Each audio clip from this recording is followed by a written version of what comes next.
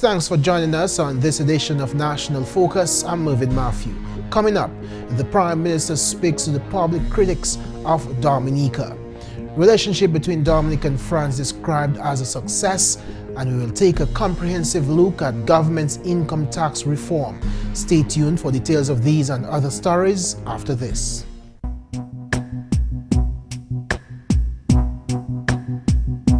A lot of bathtubs are blamed for bruises. Some staircases are accused of being responsible for broken bones. Doors are occasionally viewed suspiciously as causing lesions. A high percentage of tables are accused of producing bleeding or trauma. Violence against women is a crime, and it's everyone's responsibility. It's inexcusable. If you're a victim or witness of physical or psychological violence or abuse, seek help and denounce the perpetrator.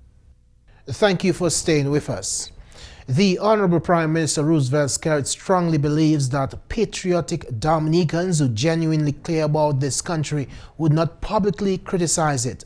He spoke on this issue to all Dominicans earlier this month at this year's Diaspora Forum. We have to always continue projecting our country in a positive light, especially when we're speaking to non-Dominicans. We have to continue promoting Dominica. You cannot leave Dominica and go to England, go to Canada, go to the United States, and to present yourself as the alternative government. And you present nothing positive to your audience. Honorable Skerrit gave a specific example. There's one guy who is an opposition guy who in his 60s have decided to invest in Dominica now, because of the confidence he has in the government, who goes about taking pictures and so forth, and showing Dominica this dirty place, untidy place, this backward place, and so forth. Instead of the man telling Dominica that he has a nice little hotel in Castle Bruce, with concessions from the government, with a loan from the government-owned aid bank, and inviting people to come and fill his hotel rooms, he's giving people every reason why they should not come to Dominica. And these are people, my dear brothers and sisters, who wish to be the government. Now, if God forbid you were to become the government tomorrow, what would you say to these very same people the following day? That it wasn't true, that you were making a joke, and you should be taken seriously? The Honorable Prime Minister ended with a call for genuine Dominicans to take pride in their country. We have to be serious about our country. We have to be passionate about our country. And we must have a sense of deeply ingrained pride of our country. And while among ourselves, we may criticize our country, when we speak to strangers, we must tell them how beautiful and how wonderful our country, Dominica, is. In more news, Ambassador of France to Dominica, His Excellency Eric de la Moussaille, is satisfied with the relationship which currently exists between Dominica and France. The ambassador says France continues to play a major role in Dominica's economic, cultural and infrastructural development. His Excellency Ambassador de la Moussaille was addressing the recent commissioning of the Dr. Nicholas Liverpool Highway, which was financed with loan funds from Agence Française de Développement. The purpose is to settle project in the duration according to the real needs of the country.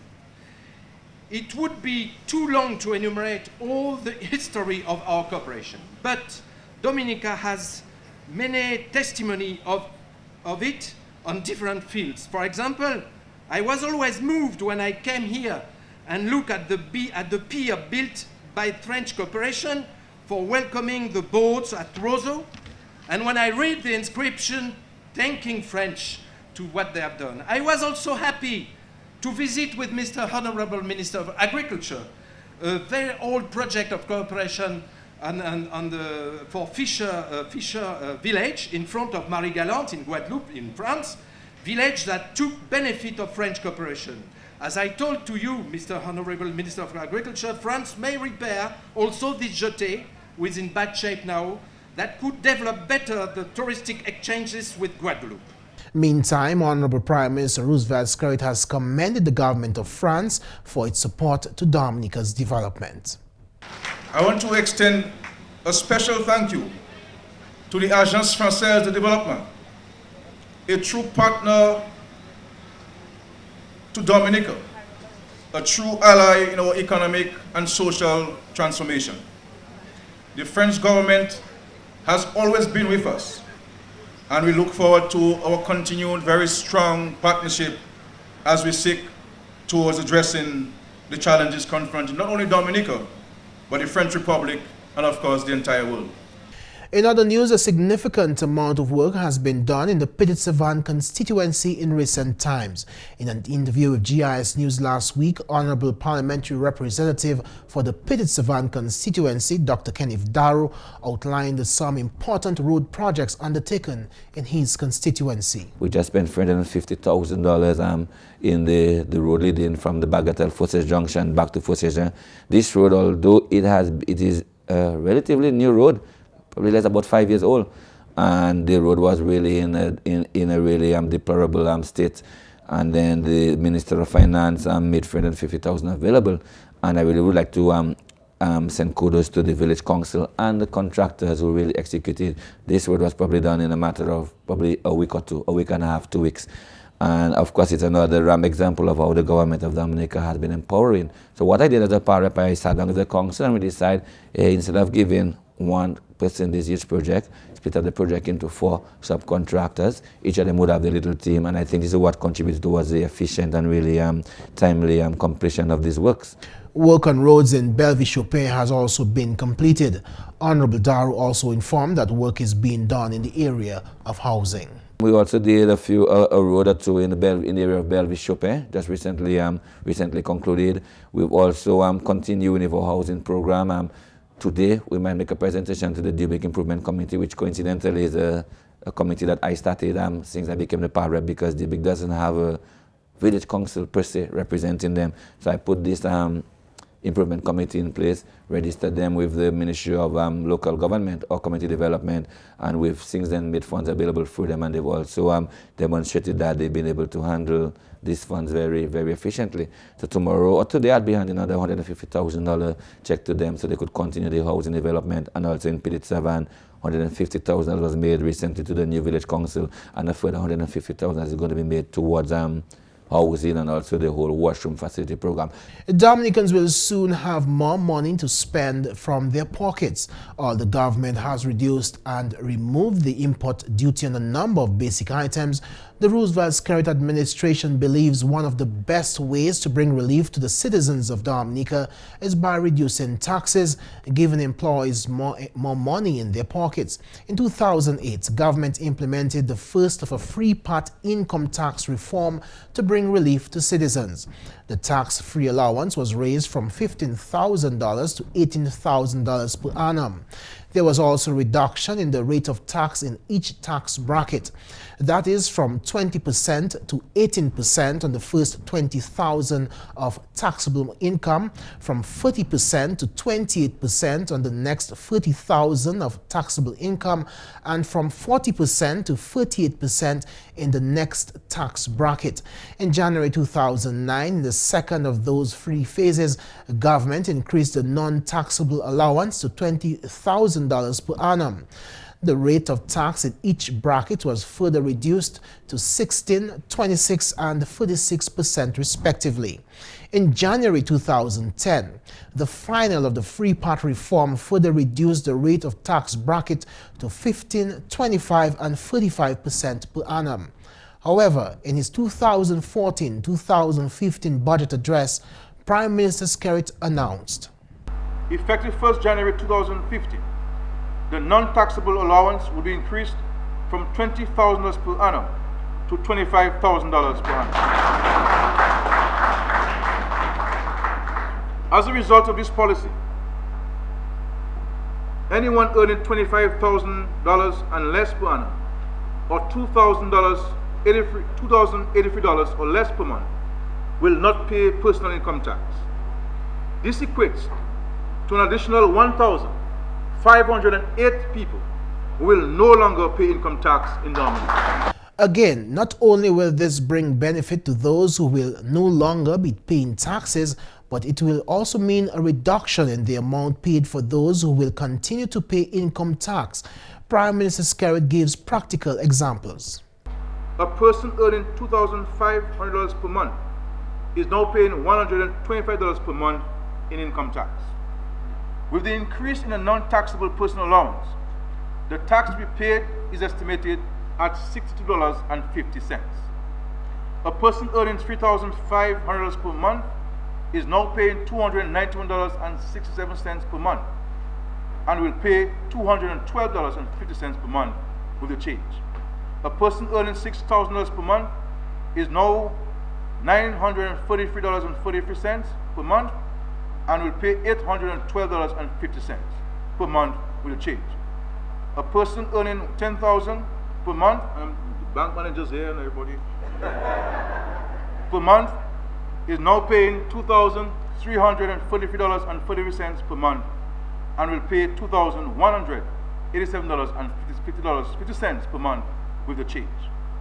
For a public officer who earns $2,500 per month, the value of the benefit from this measure equates to a 3% salary increase. And for one who earns $6,000 a month, it equates to a 2% increase in salary. Effective January 2015, there will also be an increase in mortgage interest allowance from $15,000 to $25,000 per annum. It is government's estimate that this will impact many homeowners and will also encourage more people to build. One can well appreciate the compounded nature of these measures. A taxpayer who benefits from this relief, along with the mortgage interest rate, will pay much less tax in Dominica. While these measures will cost the state some $5.3 million, government stresses that its priority is to meet the needs of families. This government is working. We are working for the people of Dominica.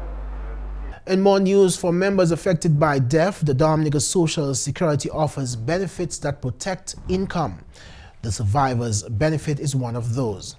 It is a periodical payment made in respect of the specified dependents of a deceased insured person who at the time of death would have qualified for the age or invalidity benefit. To qualify for survivor's benefits, you would have contributed for at least 150 weeks, approximately 3 years, and the rates at which the survivor's benefit is payable is half of the pension that the insured person would otherwise have qualified for is payable to the spouse or and dependent parent, and for children, each child qualifies for a pension of a quarter of what the person's pension would have been, subject to a minimum of $50 per month. So where the pension that the insured person would have qualified for is large enough to allow us to divide it by all the children, providing that each child doesn't get less than $50 a month, this is done. In the case where the pension is not large enough, we pay the eldest children, and as they roll off, we pay the younger ones. In the case of the deceased failing to meet the required number of contributions, a survivor's grant is paid. Funeral grants, when initiated by Dominica Social Security, began at $200 on the death of an insured person. Currently, up to $2,200 is paid to assist with the burial expenses of an insured person. This amount is subject to inflationary increases every 3 years. The Grotto Home for the Homeless is once again a beneficiary of the President's Charities Foundation's annual Christmas donations. His Excellency the President of Dominica, Charles Savre, and Mrs. Savre visited the charitable organization on Tuesday to hand over the check to that institution. The foundation raises funds through its annual dinner held at the Fortune Hotel, which according to the President is executed by volunteers. The question of volunteers on the Charities Foundation goes to the extent where they organize the dinner and they buy their tickets to attend to the dinner so that we can have some funds which we can then distribute to, I think this year it's about 18 charities. 18 charities, so the Grotto Home and 17 other charities which we make a presentation to. While chairman of the President's Charities Foundation, Antoine Rafoul, indicates that the Grotto Home is one of the organizations which receives a larger portion of the foundation's donations, the president himself has expressed his hope to contribute more. Because we know your needs are many, and all of these charitable organizations are challenged to provide the services that they do, and therefore any help that can be given should be given. And certainly we will seek, as time goes on, to see if we can increase our fundraising activities so as to be able to make a larger donation to the charities that we support. The supervisor of the Grotto Home, Luce Blaise Jones, expressed her gratitude to President Savre and his foundation. It is good that persons be grateful for whatever little that other persons give them. And so, Your Excellency and Mrs. Savre, on behalf of the Board of Directors, our staff, and our residents at the Grotto Home, I want to say thank you.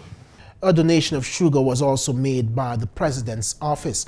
The Grotto Home, under the Community Hostels Inc., caters to 45 residents and manages a soup kitchen from which over 55 individuals are fed. The highlight of a recently held Dominica Social Welfare Division panel discussion at GIS Studios was the relevance of restorative justice practices in Dominica's judicial system. Restorative justice refers to the rehabilitation and reintegration of juvenile offenders into society, as opposed to retributive practices that consider punishment, if proportionate, to be the best response to crime. Assistant Chief Welfare Officer Oliver Wallace noted that restorative justice does not condone crime. Rather, it improves communication among individuals. On a similar note, Welfare and Probation Officer Ernestine Barron is confident that restorative justice practices can be effectively used as it relates to the education system. This practice can go a bit further besides the court system. It can be used in the school system as well. Now, restorative practices in the classroom, for instance, it encourages good rapport between students and teachers. Right? Now, if, for example, the way the students deliver the teacher, you disrespect the teacher wants respect from that student. But instead of getting on in a negative way, the teacher can then undertake effective ways of dealing with that student. Let's take an example. If a student tells the teacher, I don't like you, instead of responding to the negative towards a child, what the teacher can do is to ask the child, why is it that you do not like me? What is it about me? How can we make things better between the two of us so we can get along? Barron highlighted that restorative justice practices allows the Education Department to uncover past or underlying and unresolved issues which significantly influence an individual's present behavior. She explained further that restorative systems in schools can caution other offenders and non-offenders to refrain from acts of violence. They see the way things happen. Their friend has been brought before the court, but instead of being punished, they see that they're taken into a system, a conferencing system, whereby they meet the other persons involved, the victim, family members, community members. So they will get interested as to, if I do something wrong, right, there is a chance that I might not go to prison, yes, but I will be able to understand what my action will do to somebody else. So it can get them to thinking.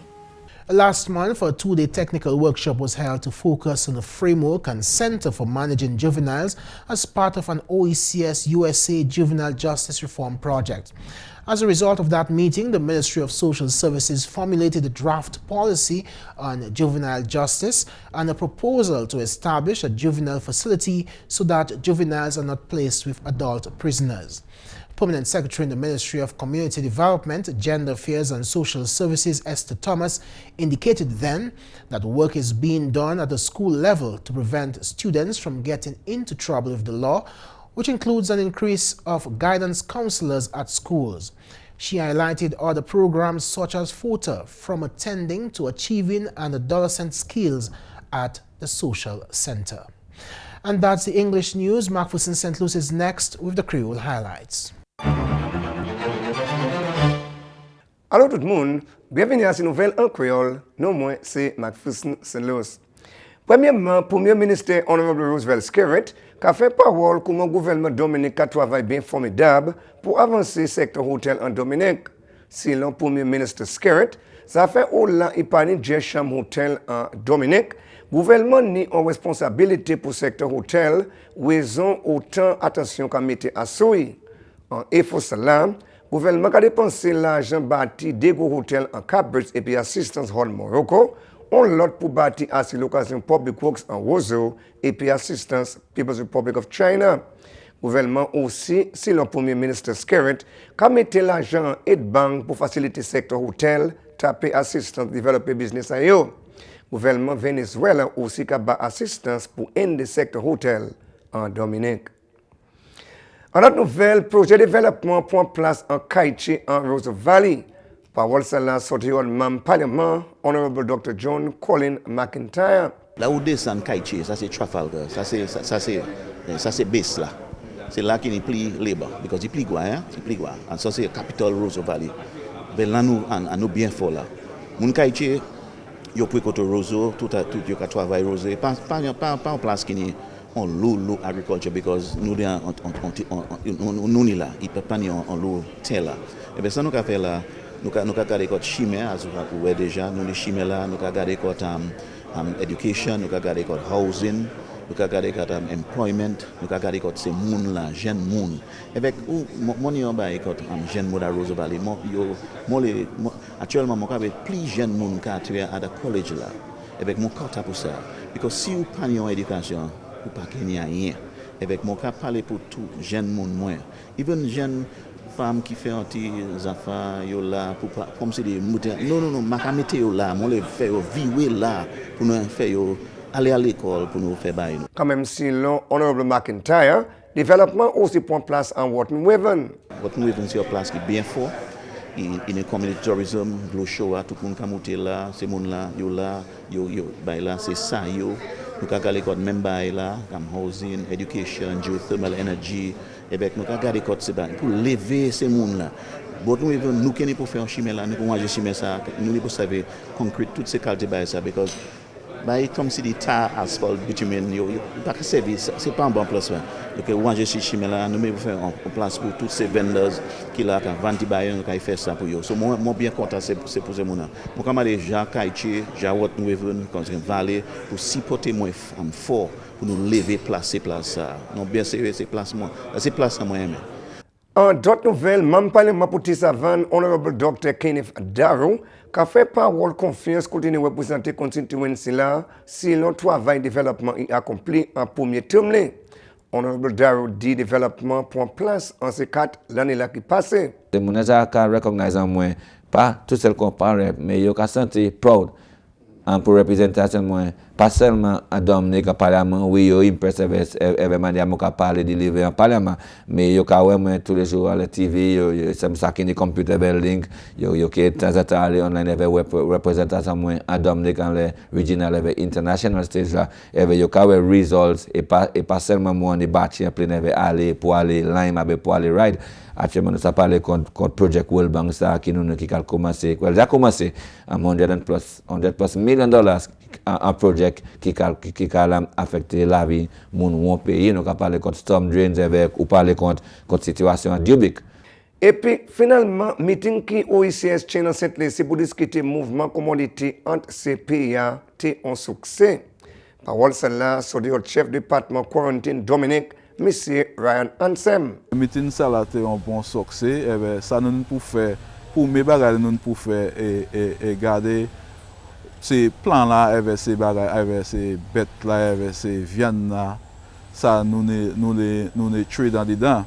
nous pour mettre mise en place pour nous garder comment ça a fait parce que ça OICS la kadi c'est OICS pays yo c'est yon sou ka sorti Portsmouth ou ka venir Guampé c'est même qu'on ou ka sorti Saint-Lucie venir Dominique so c'est yon place so nous pas pour une restriction pour exemple sou ka voyer Mago déjà inspecter Mago en Dominique pour Saint-Lucie inspecter Grenade inspecter. So depuis j'ai inspecté à Dominique, nous cadre ça circule dans OICS là sans problème. Et bien ça nous l'aide moun Dominique, yon pour savoir ça mise ça là ka vini et bien nous les supporter programme ça là parce que nous c'est yon moun en OICS là sous c'est moun Guambé ou supposé c'est un moun en Saint-Lucie so c'est yon moun yon pays et comme ça nous pour garder OICS là en présent. So encore nous garder tout le monde pour travailler avec OICS là pour nous garder comment musique ça là qu'a fait. Messieurs, mesdames, ça c'est tout pour nouvelle en créole pour à présent. Non moins c'est McPherson Luce. Au revoir. Coming up, a remedy for dry eyes. Dominica is blessed with an abundance of water, but getting it to your home is an expensive venture.